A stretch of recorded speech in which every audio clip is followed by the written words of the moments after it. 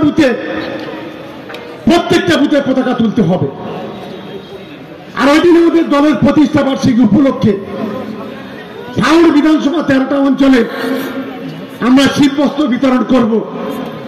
প্রত্যেকটা অঞ্চলে প্রত্যেকটা বুথ থেকে 20 জন করে আমাদের দলের যারা গরিব কর্মী, যারা পেটে কাপড় বেঁধে লড়াই করে, কেউ বুথ কমিটি, কেউ অঞ্চল কমিটি, কেউ কমিটির বাইরেও যদি থাকে, সেই ধরনের কর্মীদের নিয়ে এই শীতবস্ত্র বিতরণ অনুষ্ঠান হবে।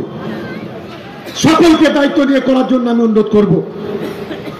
আর চিন্তার কোনো কারণ নেই, ভাঙড় 1 এবং ভাঙড় 2 যৌথভাবে যে লড়াইটা শুরু করেছে, সেই লড়াই আরো বেশি সংঘবদ্ধ করতে হবে।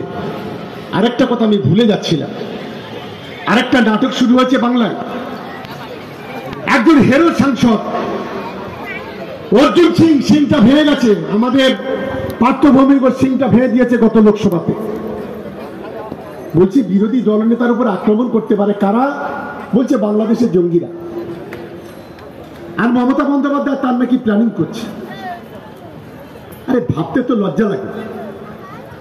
মমতা বন্দ্যোপাধ্যায় এইসব খড়কুটোর বিরুদ্ধে চক্রান্ত করবে, যারা 2021-এ হেরেছে, যারা 2023-এ হেরেছে, যারা 2024-এ হেরেছে, যাদের বলে বাংলার বিশ্বাসঘাতক, যাদের বলা হয় বাংলার মির্জাফর, মমতা বন্দ্যোপাধ্যায় তাদের বিরুদ্ধে শত্রুতা করবে, অ্যাটাক করবে।